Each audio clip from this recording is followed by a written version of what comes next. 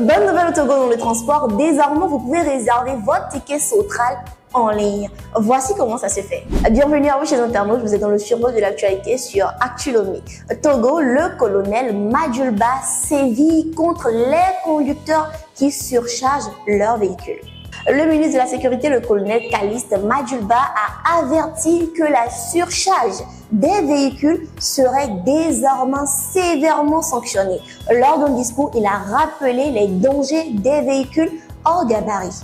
Il a notamment cité l'effondrement du pont d'Aguezongo causé par un véhicule surchargé, tragédie qui a fait plusieurs victimes.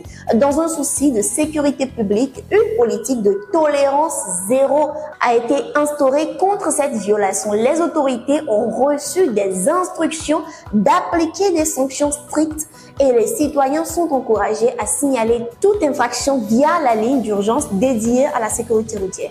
Parlons à présent justice. Le ministre de la Justice déclare guerre au conflit foncier.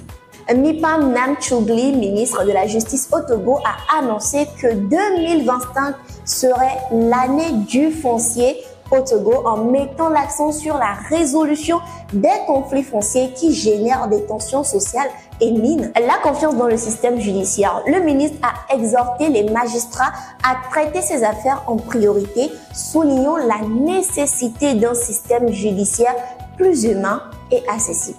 Des réformes sont prévues pour améliorer la formation des juges et l'efficacité du traitement des dossiers fonciers avec pour objectif de renforcer la sécurité juridique et promouvoir la paix sociale. Et la bonne nouvelle de cette revue Sautral, réservez désormais vos tickets en ligne.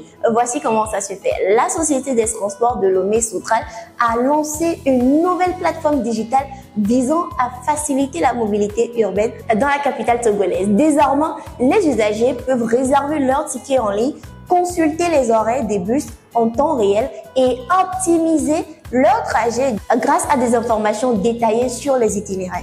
Et nous allons finir avec le Hajj 2025. Le gouvernement togolais envoie un message important aux pèlerins. Le gouvernement togolais lance un appel aux musulmans du pays en rappelant que les inscriptions pour le Hajj 2025 se terminent le 28 février 2025.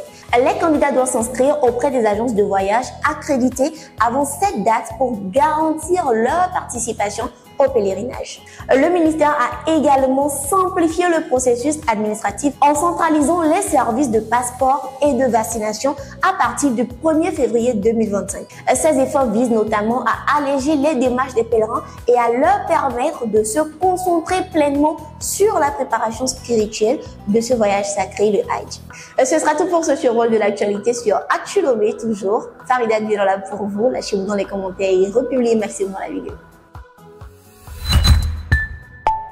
Actu Lomé.